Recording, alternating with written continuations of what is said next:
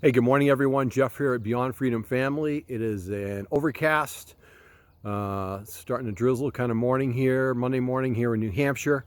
Just get back from the gym, but boy, it sure is nice to have cool weather and some rain on the way today. Hey, today what I'm thinking about is I'm going to give you guys a name. Have you ever heard of Betty Nesmith Graham?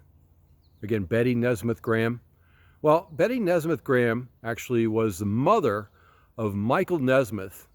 Some of you may remember a series that was on quite a long time ago, The Monkees. Michael Nesmith was one of the Monkees. So Betty is the mother of Michael. Betty was also a typist. And Betty, believe it or not, because she was a typist, had great frustration back in the 1950s of what had to be done to actually make corrections when she was typing things with a typewriter. So Betty developed what was called Mistake Out, which was the first white correction paint used to actually take care of mistakes when people were typing. And it worked so well. You know, she had people that she knew from what she did, other typists, and she started selling them little bottles of this magical correction paint, which took off like wildfire. We, in my generation, call it whiteout because, believe it or not, this company that she formed was actually sold in 1979, I think it was, to the Gillette Corporation for $47.5 million. Can you imagine that?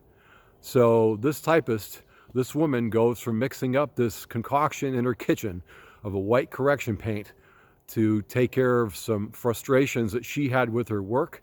And she knew other typists who had the same frustrations, and she helped them to get what they want, which was to be able to do things more efficiently and more effectively and less painfully. So where I'm going with this, you know, we've talked about our passion tests. We've determined the things that we love in our lives, and we've determined the things we want to go for and achieve in our lives, and how to get in that place where we're in a positive, where we're staying focused, where when it comes to making a decision or a choice, we opt to go with decisions or choices that are in alignment with our passions and pursuit of our passions. But there's also one other ingredient here, which is probably one of the quickest ways for us to get the things we want, and that is to help others get the things that they want. Betty's a great example. Help people to alleviate the frustration of having to try to make corrections with their typing. She's come up with a solution, helped other people to solve a problem, and voila, she had a company that she then sold later on for $47.5 million. Pretty good. So that's it. You know, when we look at coming at things from it's about, not about me, but it's about someone else. We're in a place of being open. We're in a place of allowing things to happen. We're in a place of a positive energy, a higher vibration. We're not caught up in our head, which really shuts down things and really causes us to constrict and be closed.